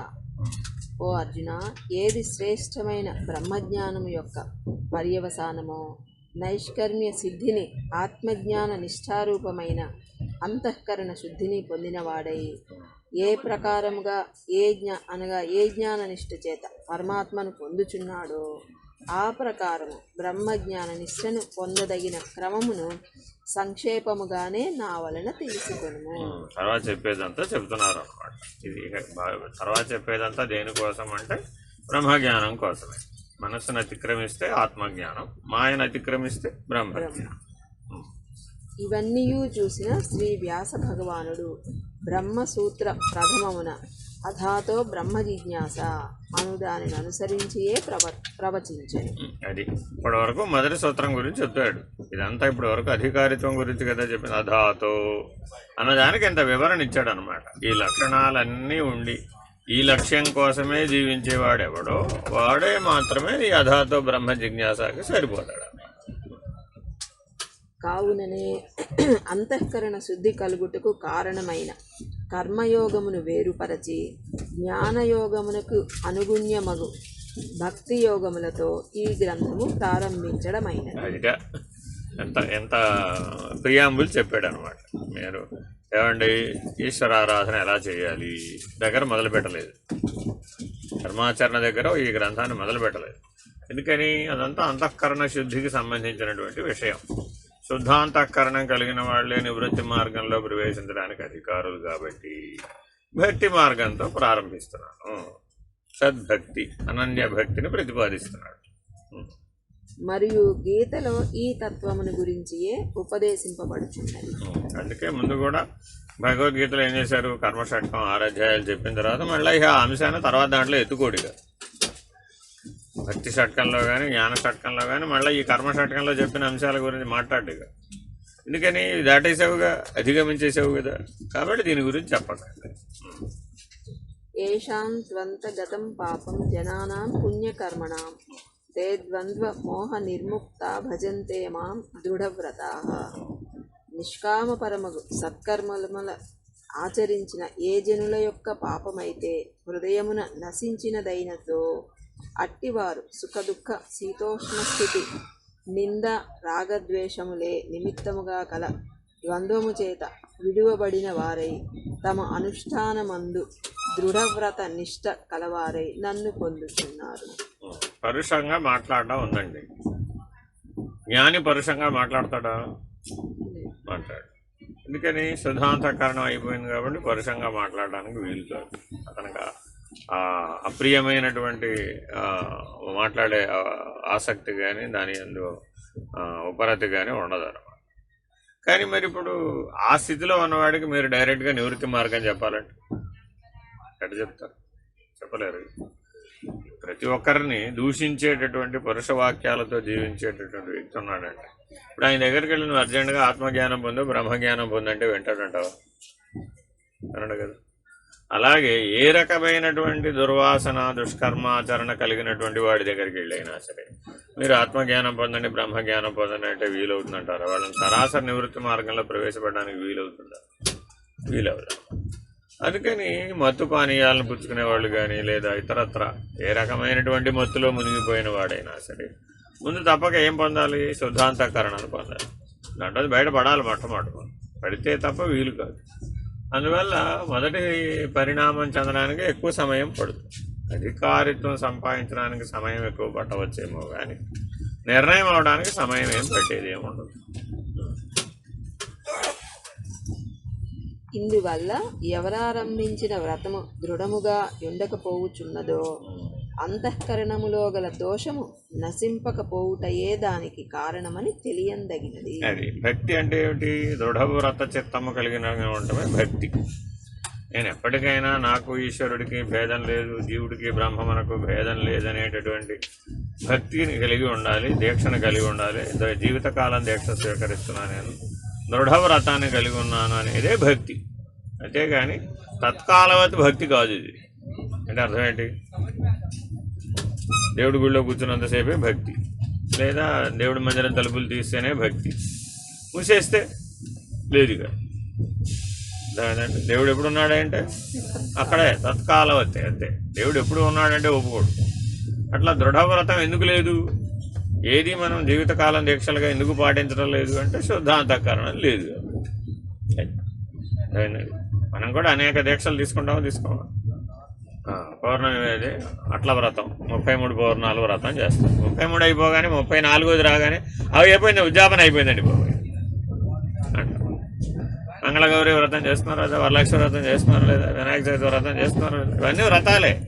కానీ మరి ఇవన్నీ దేని కొరకు అంటే శుద్ధాంతఃకరణం కొరకు. ఇవన్నీ ఆచరించాలా వద్దా? శుద్ధాంతఃకరణం కొరకు ఆచరించాలి. ఆ తర్వాత ఏం చేయాలి? జీవితకాలానికి సంబంధించిన దీక్షలు తీసుకోవాలి. అంతేగాని ఏమంటే జపం చేస్తాను, నా జీవితకాలం చేస్తాను, ధ్యానం చేస్తాను, జీవితకాలం చేస్తాను, సమాధి నిష్ట జీవితకాలం చేస్తాను, సాక్షాత్కారం జీవితకాలం, పరబ్రహ్మ సాక్షాత్కారం జీవితకాలం, అవన్నీ లైఫ్ టైం అనమాట. జ్ఞాన మార్గంలో ఏది తత్కాలవత్ ఉండదు అనమాట. ఈ క్షణం, ఈ పూట, ఈ గంట, ఈ రోజు అలా ఉండదు. ఇక్కడ ఏం చెప్పినా సరే మొదలెట్టిన దగ్గర నుంచి అయ్యేదాకా, అది అయ్యేదాకా, అది అయితే ఎవరు చెప్పక్కర్లేదు, అదే నేను వదిలేస్తుంది. అదే గుర్తు. అది అయ్యిందని చెప్పడానికి ఒకటే గుర్తుండి, అది నేను వదిలేస్తుంది. నీకు మళ్ళీ జీవితంలో అది చేయాల్సినటువంటి అగత్యం రాదనమాట. అట్టివారు నిష్కామ కర్మ యోగానుష్ఠానమును అనుష్ఠించుచు ధ్యానాది కార్యములు చేయుచుండవలెను. అది సంగతి. నిష్కామ కర్మ లేనిదే ధ్యానం నిలబడదు, ధ్యానం లేనిదే నిష్కామ కర్మ నిలబడదు. ఇది పెద్ద చిక్కు అనమాట రెండింటి. అందుకే రెండింటిని వరుస క్రమంలో చెప్తాం అనమాట. నిష్కామ కర్మయుక్తమైన ధ్యానాదులు. చాలామంది ఏం చేస్తారు, ఇప్పుడు మిమ్మల్ని డైరెక్ట్గా ధ్యానంలో కూర్చోబెడదాం అనే వాళ్ళందరి దగ్గర లోపం ఏమిటి అంటే నిష్కామ కర్మ ఉండదు. డైరెక్ట్గా వెళ్ళి ధ్యానంలో కూర్చుంటాడు. 30 ఏళ్ళైనా వాడు అక్కడ అలాగే కూర్చుని ఉంటాడు, అంతే. మారాలన్నమాట. ఎందుకని మారలేదు? నిష్కామ కర్మ లేదు.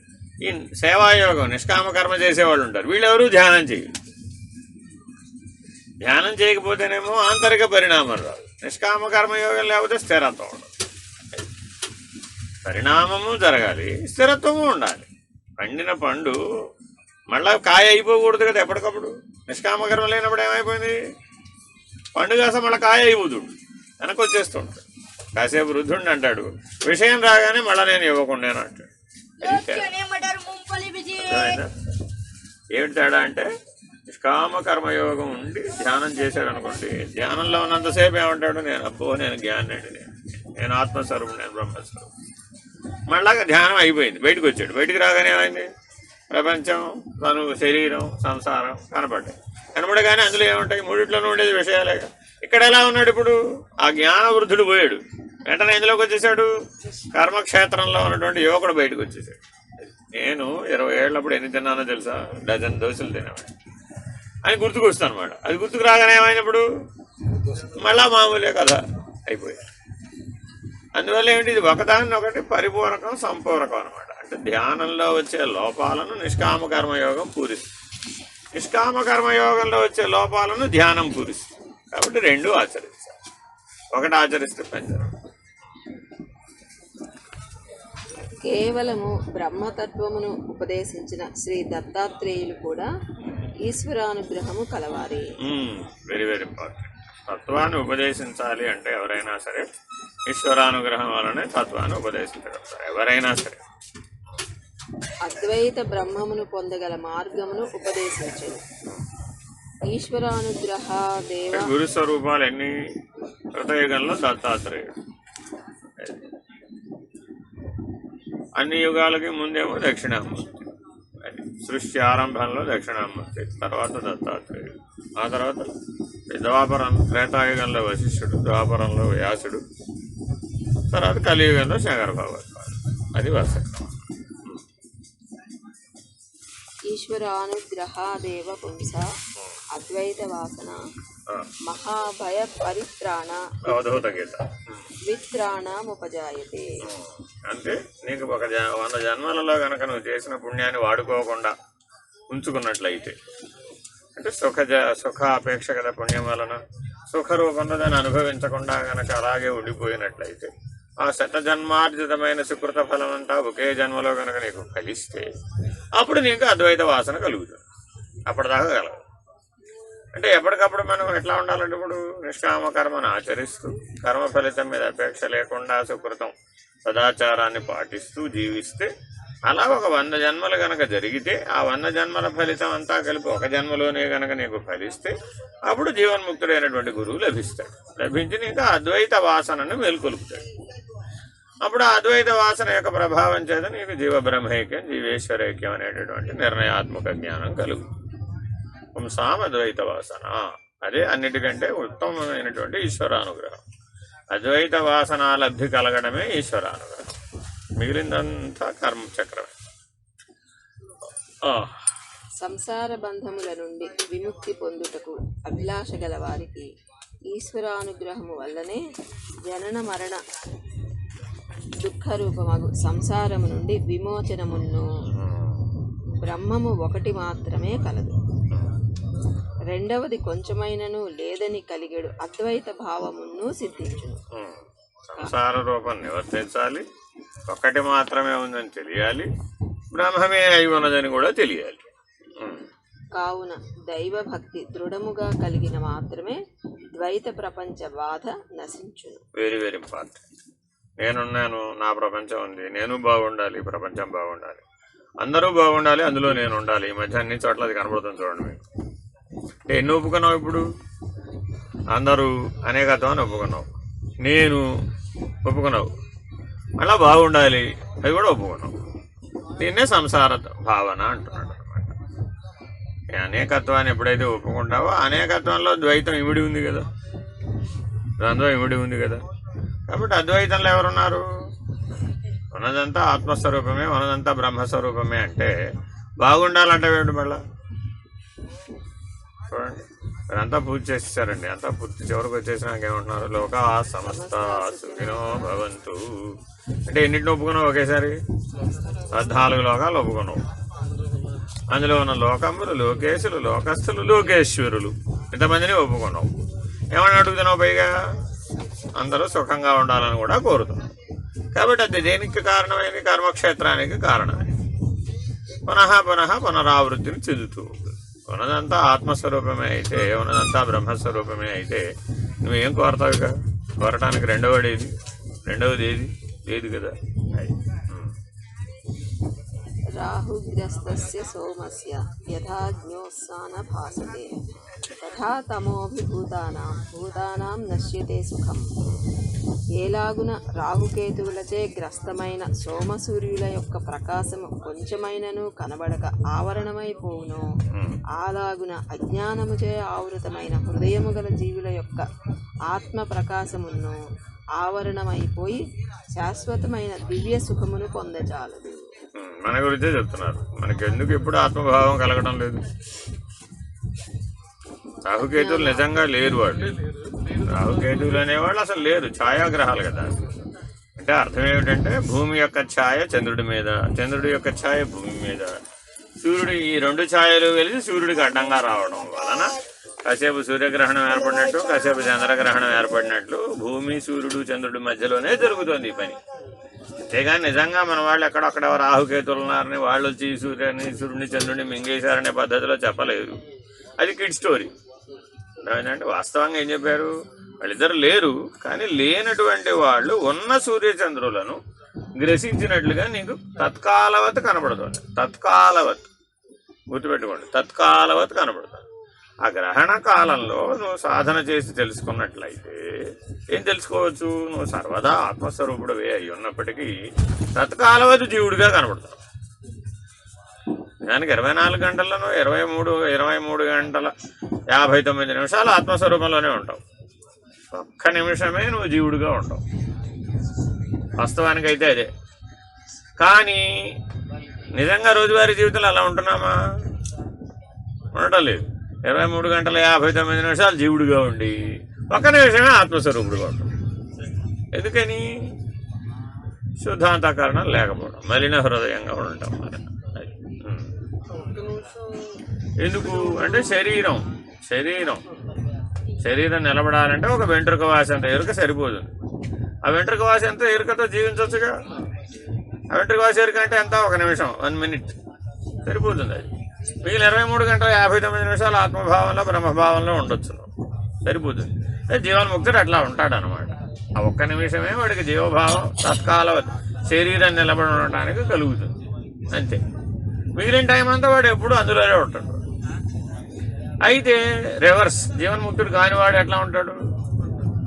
ఒక్క నిమిషమే ఈశ్వర భావన కలుగుతుంది, ఒక్క నిమిషమే బ్రహ్మభావన, ఆత్మభావన, స్వరూప భావన కలుగుతుంది. మిగిలిన 23 గంటల 59 నిమిషాలు ద్వైతం, ద్వంద్వం, ప్రపంచం, అనేకత్వంలోనే ఉంటాడు. అందరూ ఉంటేనే మనం అంతా, లేకపోతే ఏముందండి మనం అంటావా లేదు? అయిపోయింది, ఎక్కడికి వచ్చేసాం, ఫినిష్డ్, అయిపోయింది. ఇరుగు పొరుగు అందరితో మంచిగా ఉంటేనే కదండి, మాట మంచిగా ఉంటే ఊరు మంచిది అవుతుంది. ఎన్ని ఒప్పుకున్నాం ఇట్లా ఇప్పుడు మనం ధర్మం పేరు మీద, మంచి పేరు మీద చెప్పి ఎన్నో మాటలన్నీ అజ్ఞానంలోవే, అవేవి స్వరూప జ్ఞానంలో కావు. కానీ అవి ఎందుకు చెప్తున్నా, అవే చేత కావట్లేదు మనకి. ఆ ధర్మాచరణే చేతకాని వాడికి సరాసరి నివృత్తి మార్గమైనటువంటి బ్రహ్మజ్ఞానంలో ఎలా కూర్చోబెడతాం? అంతేనా కదా? ఇరుగు పొరుగుతోనే పోటాడుతూ ఉంటావాడు. ఇంక నిన్ను తీసుకెళ్ళి డైరెక్ట్ ఆత్మజ్ఞానం ఎలా కూర్చోబెట్టాలి? అట్టి దైవభక్తి కేవలం శివుని యందైనను లేక విష్ణువునందైనను లేక పరమాత్మ యందైనను ఉండవచ్చు. కానీ శివకేశవాది వైషమ్యము గల భక్తి మంచిది కాదు. అంటే అర్థం ఏంటి? మొదట మనం ఎలా దాన్ని అలవాటు చేయాలంటే, సగుణ స్వరూప సాకార సాధనా మార్గంలో వాటిని పరిణామం చెందించాలి. అందుకని భజన చేయండి ఆయన, స్మరణ చేయండి ఆయన, జపం చేయండి ఆయన, స్తోత్రాలు పాడండి ఆయన ఇత్యాదులన్నీ చెప్పారు. ఆ చెప్పడం వలన ఏమైంది? మెల్లగా మనం సగుణ సాకార భక్తిలో ప్రవేశిస్తాం. కానీ వచ్చిన చిక్కేమిటి? సగుణ సాకార భక్తిలో మనం మన మధ్యలో ఉన్న గొడవలన్నీ పట్టుకెళ్ళి వాళ్ళ దగ్గర పెట్టాం. మీ శివుడు మా విష్ణువు దగ్గర ద్వారపాలకుడు తెలుసా? అయిపోయింది, గొడవ మొదలు. ఇలాగా వాళ్ళ మధ్య వైషమ్యాలను మనం, విభేదాలను మనం చూసేటటువంటి దృష్టి కలిగి ఉండటం సరైన పద్ధతి కాదు. నిజానికి వాళ్ళందరూ ఎవరు? నిర్గుణులు, నిరాకారులు. వాళ్ళకి మళ్ళా ఒక పురం, ఆ పురానికి ఒక ద్వారపాలకుడు, ఆ ద్వారపాలకుడుగా ఆయనకి ఈయనకి ఆయనే వెళ్ళడం, ఇదంతా గొడవ పెంచుకోవడం అనమాట. తర్వాత శివేచ పరమేశేచ విష్ణౌచ పరమాత్మని సమబుద్ధ్యా ప్రవర్తంతే దేవై భాగవతా స్మృతాః. అది దేవతలందరూ సమానులు అనేటటువంటి, దైవం ఒక్కటేననేటటువంటి, పరమాత్మ ఒక్కటేనటువంటి, పరబ్రహ్మమే అయి ఉన్నాడనేటటువంటి సత్యాన్ని మనం నిరంతరాయంగా గుర్తుపెట్టుకోవాలి. అలాగే ఉండాలి. అంతేగాని మరలా వాళ్ళ మధ్య విభేద దృష్టి కలిగి ఉండకూడదు. శివకేశవ అభేదమే తప్ప విభేదం లేదు. ఎవరైతే శివకేశవ భేదాన్ని గుర్తిస్తారో వాళ్ళు తప్పక నరక దర్శనం తప్పదు. అని ఏదో సందర్భంలో నరకం చూడవలసిందే వాడు. భాగవతులు ఎవరనగా శివుని యందు గాని విష్ణువు యందు గాని సమబుద్ధి కలిగి ప్రవర్తించు వారెవరో వారే అగుదు. కాబట్టి సమబుద్ధి అనేది చాలా చాలా ఇంపార్టెంట్. వాళ్ళ ఎందే సమబుద్ధి ఉండాలంటే మనం మన చుట్టుపక్కల ఉన్న వాళ్ళ ఎందు కూడా ఉండాలి, సమబుద్ధి ఉండాలి. అంతటా శివ దర్శనమే చేయాలి, అంతటా ఈశ్వర దర్శనమే చేయాలి, అంతటా హరి దర్శనమే చేయాలి. మరియు గీతలో ధూమేనా వ్రియతే వహ్నిర్యథా దర్శో మలేన చ యథోల్బేనావృతో గర్భస్తథా తేనేదమావృతం. ఏ ప్రకారముగా పొగచేత అగ్ని కప్పబడుచున్నదో, ఏ ప్రకారముగా మాలిన్యము చేత అద్దము కప్పబడుచున్నదో, ఏ ప్రకారముగా మావి చేత గర్భమందు గల శిశువు కప్పబడుచున్నదో, ఆ ప్రకారముగా అజ్ఞానము చేత ఈ ఆత్మజ్ఞానము కప్పబడుచున్నది. ఆవృతం జ్ఞానమే తేన జ్ఞానినో నిత్యవైరిన కామరూపేణ కౌంతేయ దుష్పూరేణానలరేచన. ఎంత నిండింపజూచినను నిండనిదియు, ఎంత తృప్తిపరచజూచినా తృప్తి లేనిదియు నగు కోరికయే రూపముగా కలదియు. ఆత్మజ్ఞానమునకెల్లప్పుడును శత్రువునునైన ఈ విషయ రూపము చేత జ్ఞానము కప్పబడెను. దీని యందు సముద్రమును అగ్నిని దృష్టాంతముగా నిరూపించడమైనది. ఎన్నియో నదుల చేత వచ్చెడు జలము వలన సముద్రము నిండుట లేదు. ఎంత హోమద్రవ్యముల చేతను అగ్నిహోత్రుడు శమించుట లేదు. విషయమును అలాగున ఎంత అనుభవించినను తృప్తి నొందదు. ఇట్టి విషయరూప అజ్ఞానము వల్లనే ఆత్మజ్ఞానమును మరుగుపడిపోయెను. ఇక ఆత్మశుద్ధి లేని అనుష్ఠానములు నిష్ప్రయోజనమని నిరూపింపబడుచున్నది. అనుష్ఠానం చేయటం రోజు చేయాలా వద్దా? ఏ స్థితిలో చేయాలి? ఆత్మభావంలో ఉండి చేయాలి. రోజు స్నానం చేయాలవుద్దా? చేయాలవుద్దా? ఏ స్థితిలో ఉండి చేయాలి? భోజనం చేయాలవుద్దా? చేయాలి. నిద్రపోవాలవుద్దా? ఏం చేసినా ఇందులో ఉండి చేయాలి. ఆత్మభావంలో ఉంటే ఏం చేసావు అసలు? అప్పుడు ఏమైంది? చేసి చెయ్యని వాడు అయ్యావు. భావదుష్టోంభసి స్నాత్వా భస్మనాచన శుద్ధ్యతి భావశుద్ధౌ చరే శౌచం అన్యధాన సమాచరేత్. అది ఎవరికైతే ఆత్మభావంలో ఉండి చేసే విధానం వస్తుందో వాళ్ళు శౌచం, సదా శౌచం. ఎప్పుడు వాడికి అశౌచం లేదు. అదే ఎప్పుడైతే ఆత్మభావంలోంచి బయటకు వచ్చేసి దేహబుద్ధిలోకి వచ్చేసామో అప్పుడేమైంది? అశౌచం వచ్చింది. ఆత్మశుద్ధి లేని వాడు సమస్త తీర్థ స్నానములు చేసినను సర్వాంగము విభూతి తిలక తులసి రుద్రాక్షమాలచే అలంకరించినను శుద్ధుడు కాగలడు. మనం ఎలా తయారవుతున్నాం? ఏదైనా సత్కర్మాచరణ కోసం తయారవుతున్నాం. ఏం చేస్తాం? చక్కగా పంచ వగేరాలన్నీ కడతాం, చక్కగా విభూతి రుద్రాక్షలన్నీ వేసుకుంటాం. మన వేషధారణ అంతా మారిపోగానే మనమే ఏమనిపిస్తుంది? ఓ ఇప్పుడు నేను మహాభక్తుడు అనిపిస్తుందా లేదా? ఎంతసేపు? కానీ ఇవేవి నిజమైన భక్తికి చిహ్నాలు కావు. నిజమైన భక్తి అంటే ఏంటి అంటే సదా ఆత్మభావంలో నిలబడి తినటం నిజమైన భక్తి. లోపల ఆత్మభావం లేకుండా పైన ఎంత మనం బాహ్య రూప ఆడంబరాలను మార్చుకున్నప్పటికీ వీలు కాదు.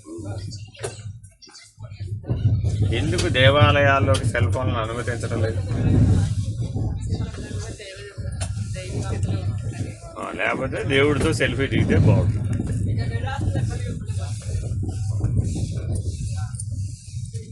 కావున ఆత్మశుద్ధికరమగు స్నాన శౌచములే ఉపయోగపడు.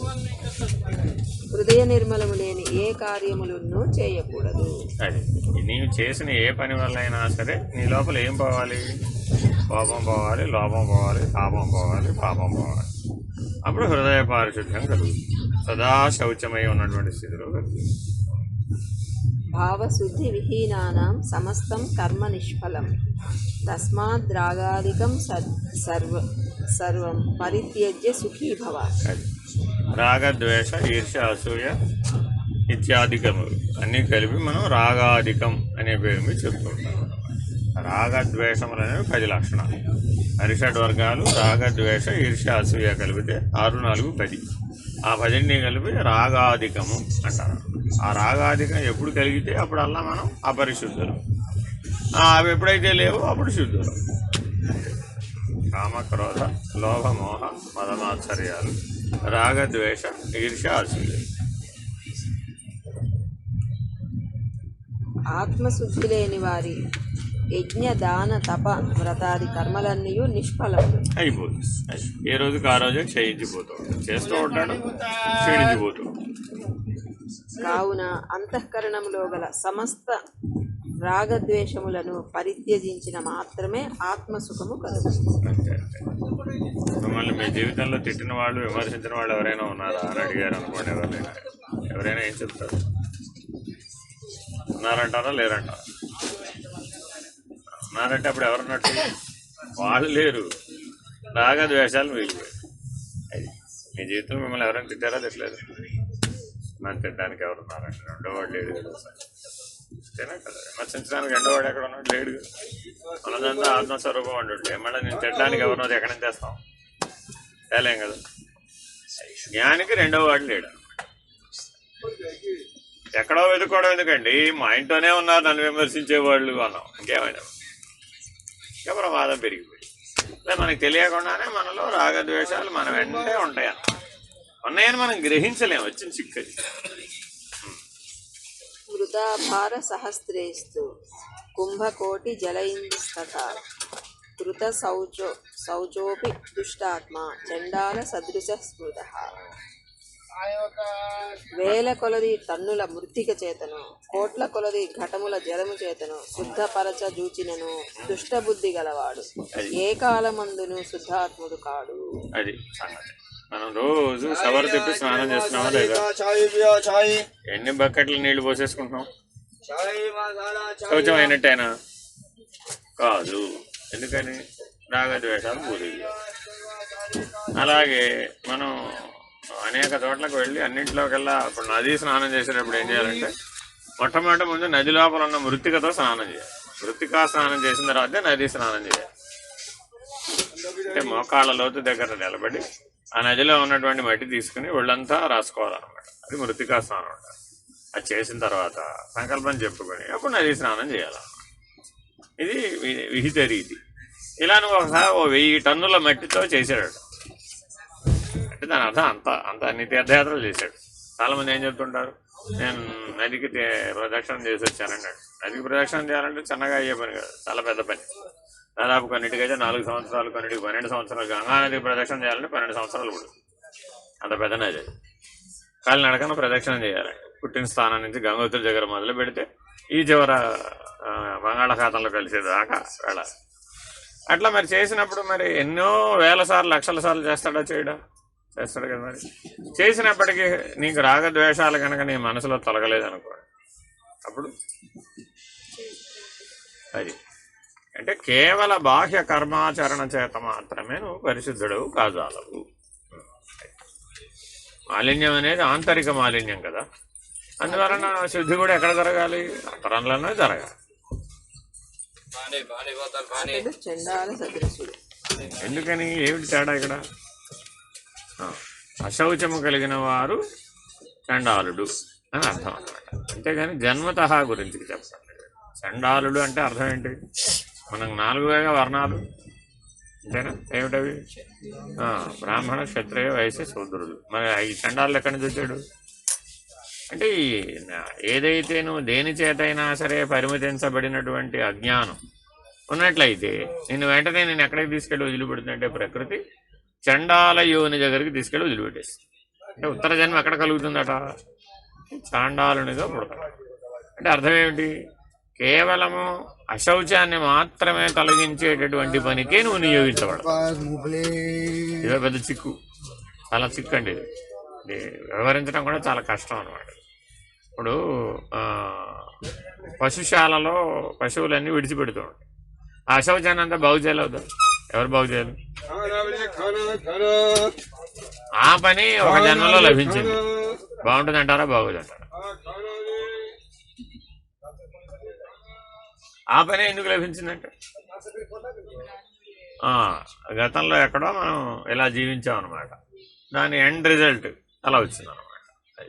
ఇట్లా మనం ఎన్నైనా చెప్పుకోవచ్చు. ప్రపంచంలో మనకు అనేక రకాలైనటువంటి విధి విధానాలు కనబడుతూ ఉంటాయి కదా. ఒక రకంగా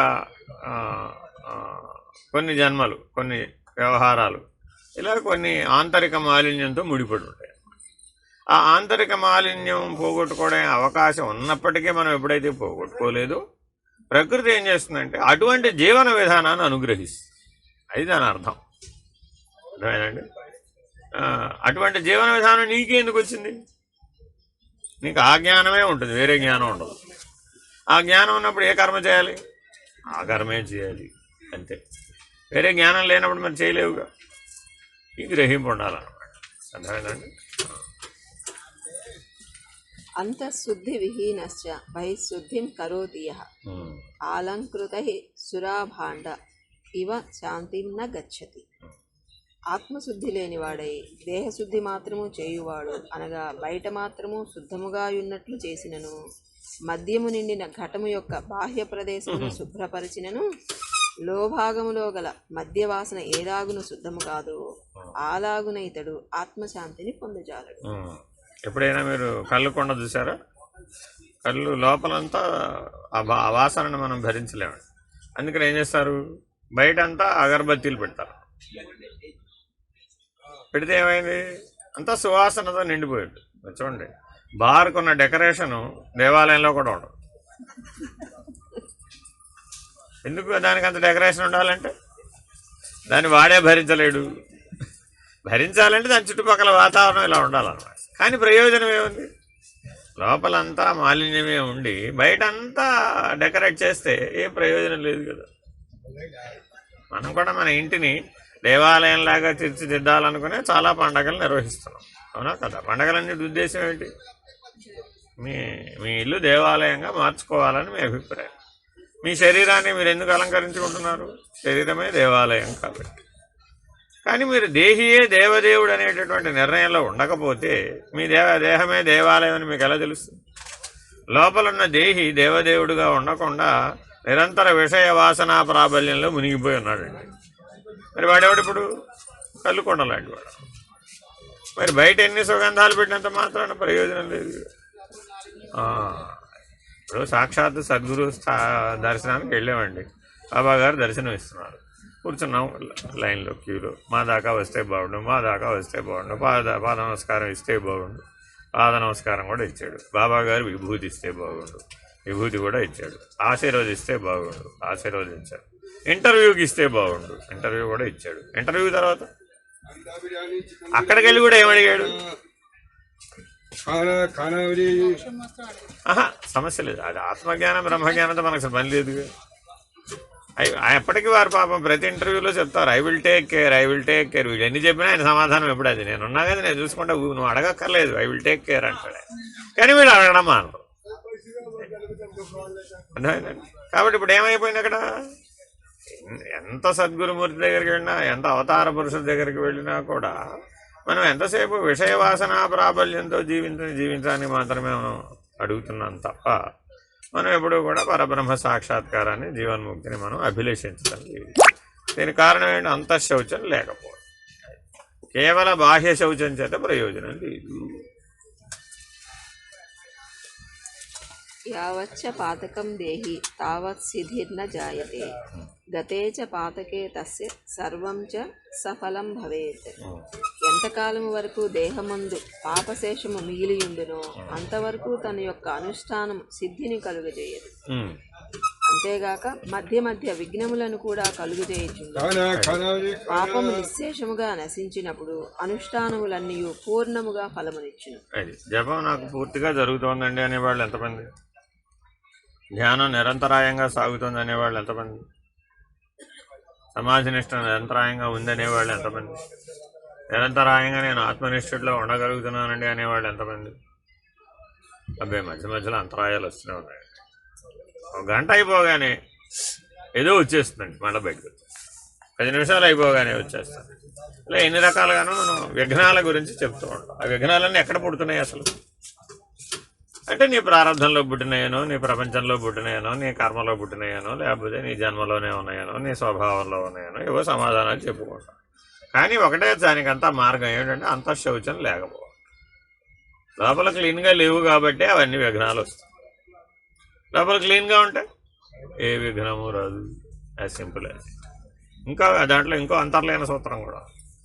పరమేశ్వరుడు దర్శనాన్ని ఇచ్చాడండి, వెంటనే మోక్షం కోరొచ్చుగా, వెంటనే ముక్తిని అనుగ్రహించమనొచ్చుగా, వెంటనే జ్ఞానాన్ని పొందొచ్చుగా. ఆమరు క్షణమే దేహాన్ని విసర్జించవచ్చుగా.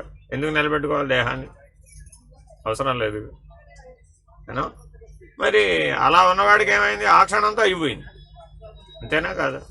పరమేశ్వరుడు కనబడితే ఇప్పుడు ముహూర్తం బాగాలేదండి రేపు రండి అన్నాడు. ఏమైంది అప్పుడు? ఏమిటయ్యా అష్టమి నాడు కనబడ్డావేంటి? ప్రశాంతంగా ఏకాదశి నాడు కనబడితే నాకు ముక్తం మోక్షం వచ్చేది కదా. పరమేశ్వరుడు కనబడడం వల్ల ముక్తి మోక్షం వస్తుందా? ఏకాదశి తిథి వల్ల వస్తుందా? ఇలా మానవుడికి తెలియకుండానే అంతఃశౌచంలో అనేక రకాల చిక్కులు ఏర్పడతాయి. అంతేగాక విఘ్నములేవి కలుగని ధర్మమును సంరక్షించుచుండు. అంతఃశుద్ధి విహీనస్తు వేద్వరా వివిధా కృతాః న ఫలంతి మునిశ్రేష్ఠ భస్మని అన్యస్త హవ్యవత్. ఆత్మశుద్ధి లేని వారిలో అనేకములైన యజ్ఞదానాది కర్మలను ఆచరించినను అవి ఫలమును కలుగజేయవు. అవి ఎన్ని బూడిద యందు హోమించిన హవిస్సు వలె వ్యర్థమైపోవు అని. అగ్ని జ్వలిస్తూ ఉండగా నువ్వు హోమం చేయవచ్చునేమో కానీ అగ్ని కిందకు పోయి బూడిద మాత్రమే అయిపోయిన స్థితిలో అగ్ని హోమగుండంలో అగ్ని లేదండి. ఇప్పుడు అందులో హవన ద్రవ్యాలన్నీ వేశాం. ఏమిటి ప్రయోజనం? ప్రయోజనం లేదు కదా. అలాగే ఎవరికైతే అంతఃకరణ శుద్ధి, శుద్ధాంతఃకరణము, శుద్ధ హృదయము, శుద్ధాత్మ అనే అంతఃశౌచం లేదు, వాళ్ళు ఎన్ని యజ్ఞదాన తపో క్రియలు చేసినప్పటికీ అవి అంతఃశౌచం లేకపోవడం వలన వృధా అయిపోతాయి. అనిర్జితేంద్రియ గ్రామం యస్తు ధ్యాన పరోభవేత్ మూఢాత్మానం చ తం విద్యాధ్యానం జాస్యస సిద్ధ్యతి. ఎవడైతే ఇంద్రియ సమూహములను స్వాధీనములో నుంచ శక్తి లేని వాడై ఉండి ధ్యానము చేయువాడైనను అట్టి వానిని మూఢాత్ముడనియే తెలియంతగి. అయిపోయింది, ఫినిష్ చెప్పేశాడు. చూడండి, ఏమంటే కాళ్ళు ముడిచి కూర్చోండి. అబ్బా కాళ్ళు నొప్పులండి, కుదరదండి. స్థిరంగా వెళ్ళి స్థిరంగా ఉంచి కూర్చోవయ్యా బాబు. అబ్బో మెడల నొప్పులండి బాబు. ధ్యానం చేయవయ్యా బాబు, తలనొప్పి అయ్యా బాబు. ఏదో ప్రతిదానికి ఏదో ఒకటి వస్తుందా రావట్లేదా? ఎందుకని? ఇంద్రియ నిగ్రహం లేదు. అందుకని అన్ని వ్రతాలలో మొట్టమొదటి పని ఏమిటంటే ఇంద్రియ నిగ్రహం. భూశయనము, ఏకభుక్తము, బ్రహ్మచర్యము, ఇంద్రియ నిగ్రహం. ఈ 4 లేకుండా ఏ వ్రతం ఉండదు. ఈ 4 ఉన్నటువంటి వాడికి ఇది సమస్య కాదు. అలా ఎవరైతే అంతఃశౌచాన్ని సాధిస్తారో వాళ్ళకి మాత్రమే వాళ్ళ చేసే అనుష్ఠానం ఉపయోగపడుతుంది. అతనికి ధ్యానము చేయగలిగాడు పరమశాంతియు ఆత్మశుద్ధియు కలుగుడు. అది సంగతి. వాళ్ళ ధ్యానం చేసే వాళ్ళందరికీ ఆత్మ సాక్షాత్కార జ్ఞానం ఎందుకు కలగడం లేదంటే కారణం ఈ అంతఃశౌచం లేదు, ఇంద్రియ నిగ్రహం లేకపోతే, అభ్యాస వైరాగ్యాలు లేకపోతే. సంప్రాప్య భారతే జన్మ సత్కర్మసు పరాత్ముఖః పీయూష కలశం త్యక్వా విషభాండముపాశ్రితః. పుణ్యభూమియగు భారతదేశమున జన్మించి ఎవడు సత్కర్మల యందు విముఖుడగుచున్నాడో అట్టివాడు అమృత కలశమును త్యజించి విషభాండమును ఆశ్రయించిన వారి వలె ఉండును. అంటే ఇప్పుడు మానవుడు ఇప్పుడు ఈ జన్మలో మనం భారతదేశంలో మనం పుట్టామండి. కాబట్టి మనం ఈ విజ్ఞానం అంతా నేర్చుకునే అవకాశం ఉందా లేదా? ఇప్పుడు మనం ఈ సిద్ధులు, ఈ స్థితులు, ఈ సాధనలు అన్నీ చేసే అవకాశం మనకు సులభమేనా కాదా? ఇదే మనం వెళ్ళి మరో ఏదో భూమండలం మీద మరో దేశంలో ఎక్కడో పుట్టాం, లేదు ఏదో ఐలాండ్లో పుట్టాం. అప్పుడేం చేయాలి? అక్కడ ఎందుకు పుట్టాల్సిన అవసరం వచ్చింది? ఇక్కడ పుట్టి ఈ రకమైన వాతావరణం మనకు అనుకూలంగా ఉన్నప్పటికీ, అనుకూల వాతావరణం ఉన్నప్పటికీ ప్రతికూల మనస్తత్వం ఉండడం వలన సాధన చేయడానికి, సిద్ధిని పొందడానికి, జ్ఞానాన్ని పొందడానికి, ముక్తుడు అవడానికి అన్ని అనుకూలమైన వాతావరణం ఉన్నప్పటికీ నీకు అనుకూల మనస్తత్వం లేకపోయేటటువంటి జీవితాన్ని కనుక జీవిస్తే తత్ఫలం ఏమవుతుందయ్యా అంటే నిన్ను తీసుకెళ్ళి ప్రతికూలతలు ఉన్నటువంటి ప్రపంచంలో నిన్ను పడేస్తుంది. ఎందుకని నీవు అదేగా కోరుకున్నావు, నువ్వు కోరిందే ఇచ్చేసాడంతే. ఈ జన్మలో ఇవ్వలేదు. కాకపోతే అర్థమైందండి. ఎప్పుడు మీరు ఈశ్వర ఈశ్వర అని భగవాన్ నామస్మరణ చేస్తూ ఉంటారు అనుకోండి. ఎప్పుడు చూసినా అదే వాళ్ళేనా? కాసేపు మామూలుగా మాట్లాడవచ్చు కదా అన్నాడు. ఏమైంది అప్పుడు అక్కడ? ప్రతికూల మనస్తత్వం, అంతేనా కాదా? ఇలా బలంగా అని అని అని అని అలా జీవించాడండి. అప్పుడు ఏమైపోయింది? ఈ జన్మకి కుదరలా. పట్టుకెళ్ళి ఎక్కడ పడేసింది? ఉత్తర జన్మకు పట్టుకెళ్ళి హరినాపి హరేణాపి బ్రహ్మణాపి సురైరపి అని ఒక సూత్రం. అర్థం ఏంటి? ఓ ఋషి గారు తపస్సు ధ్యానం అరణ్యంలో కూర్చొని చేస్తూ ఉన్నాడు. చేస్తూ ఉంటే ఆయనకు ప్రాణోత్క్రమణ సమయం ఆసన్నమైంది. ఆయనకు ప్రాణోత్క్రమణ సమయం ఆసన్నం అవడానికి ఎదురుకుండా జంతువులు వాటి జీవనాన్ని జీవించడానికి ఏమైనా సంబంధం ఉందా? లేదు. కానీ ఈయన దృష్టి ప్రాణోత్క్రమణ సమయంలో ఎక్కడ నిలబడిందట? ఒక లేడీ జంట మీద నిలబడింది. ఆహా, ఎంత సుఖాన్ని అనుభవిస్తున్నాయి లేడ్లైనా కూడా అనుకున్నాడు. ఎంత ఆనందంగా జీవిస్తున్నాయి. అంతే, ఉత్తర జన్మ లేడీగా పుట్టాడు. ఇప్పుడు ఆ జన్మకి ఇంకా తపము, జపము, ఋషి, ధ్యానం, మహర్షి, ఆత్మజ్ఞానం ఉంటుందంట. ఎందుకని? ప్రతికూల మనస్తత్వం కలుగు. ఆ ప్రతికూల మనస్తత్వం యొక్క ప్రభావం చేత ఎంతటి వాడైనా సరే మరలా ఆ జన్మను పొందుతున్నాడు. కాబట్టి ఈ సత్యాన్ని గ్రహించును. నాకంటే వాడు ఎంత సుఖాన్ని అనుభవిస్తున్నాడు. మన చుట్టుపక్కల ఉన్న వాళ్ళందరి ఎడల మన అభిప్రాయం ఏంటి? అవునా కాదు? ఏమిటో ఎన్నిసార్లు చెప్పినా ఈయన రత్నాల హారం తేడు. పక్కింటి ఆవిడ చూడు రత్నాల హారం పెట్టుకుని ఎంత సుఖంగా జీవిస్తోందో. ఏమైనప్పుడు అక్కడ ప్రతికూల మనస్తత్వం. అన్ని చోట ఏదైనా లెక్కేసుకోండి.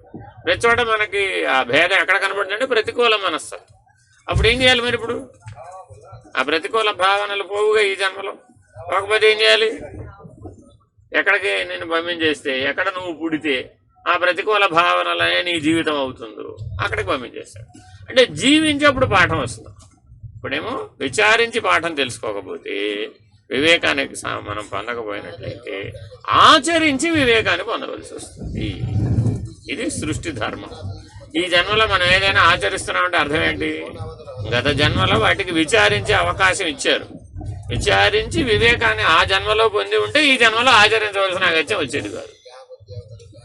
ఆనాడు విచారించి వివేకాన్ని పొందలేదు కాబట్టి ఈనాడు మనం ఆచరించి వివేకాన్ని పొందవలసిన అగత్యం వచ్చేసి. కాబట్టి ఈనాటి ఆచరణకి కారణం ఏమిటి? ఆనాటి ప్రతికూల మనస్తత్వం.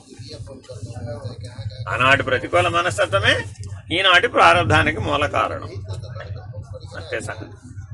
ఈ సత్యం అర్థమైతే ఎవరికి ప్రారంధం ఎడల కానీ, కర్మ ఎడల కానీ, దేవుని ఎడల కానీ, సృష్టి ఎడల కానీ నో కంప్లైంట్.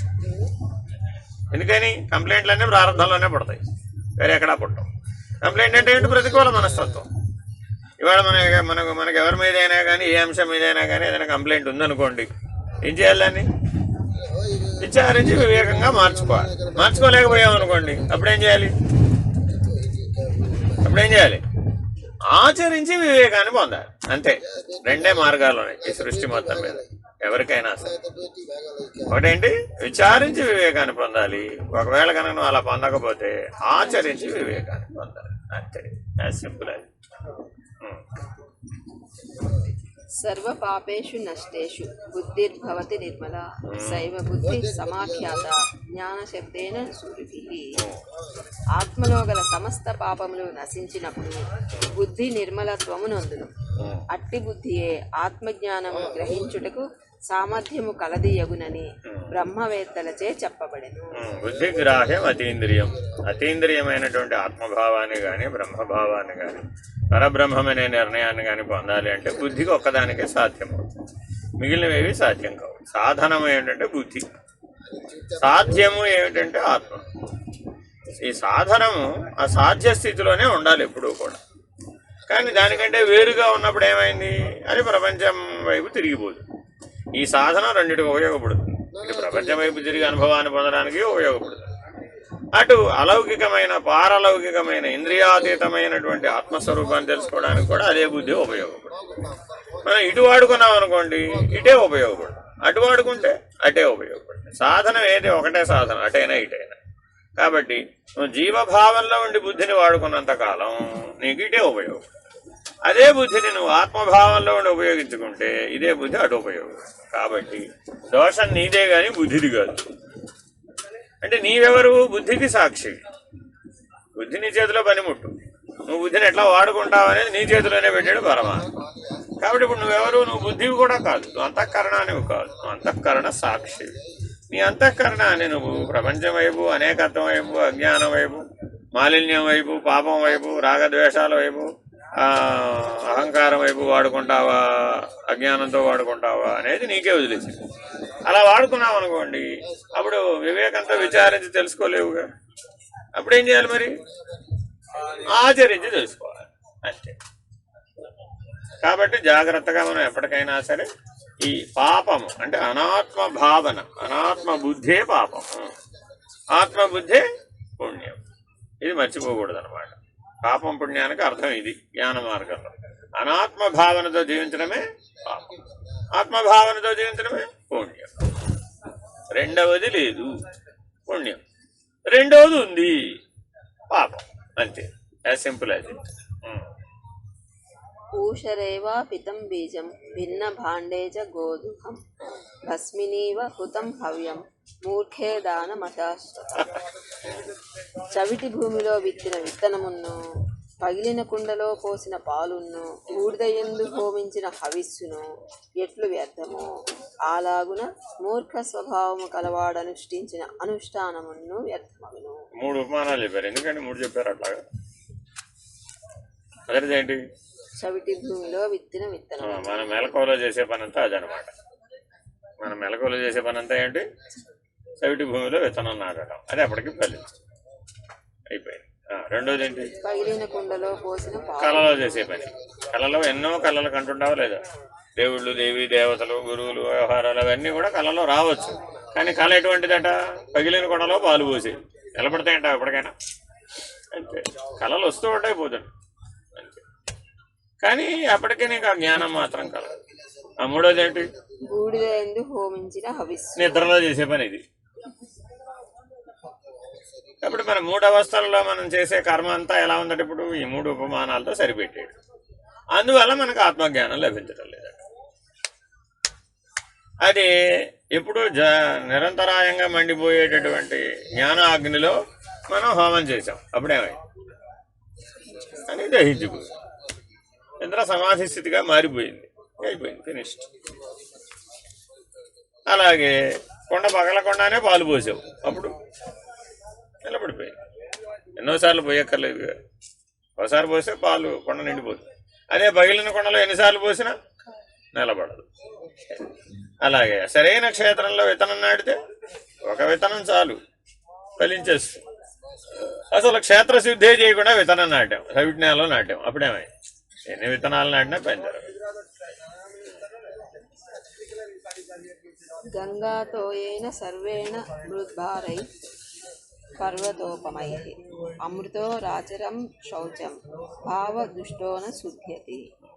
ప్రపంచములో గల గంగాది తీర్థములన్నింటిలోనూ పర్వత సమానములగు మృత్తికచే చక్కగా తోమి మరణ పర్యంతము స్నానమాచరించు వాడైనను ఆత్మశుద్ధి లేని వాడు ఎప్పటికీ నిర్మలుడు కాజాలడు. ఎందుకని మనకు సూత్రం చెప్పుకున్నాం, జననాథ్ కమలాలయే అంటే తిరువాయూరు కమలాలయంలో వెళ్ళాం కదా మనం. తిరువారూరు, ఆ తిరువారూరులో గనక పుట్టినట్లయితే, లేదంటే కాశీలో మరణించినట్లయితే, లేదంటే అరుణాచలాన్ని స్మరించినట్లయితే నీకు ముక్తి లభిస్తుంది అని చెప్తున్నావా లేదా? అలా చెప్పినప్పటికీ ఎందుకు లభించడం లేదు మరి?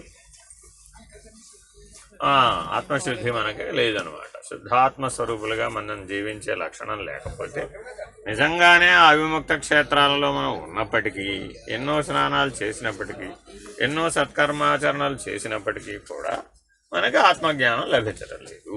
కారణం మనకు అధికారిత్వం లేకపోతే.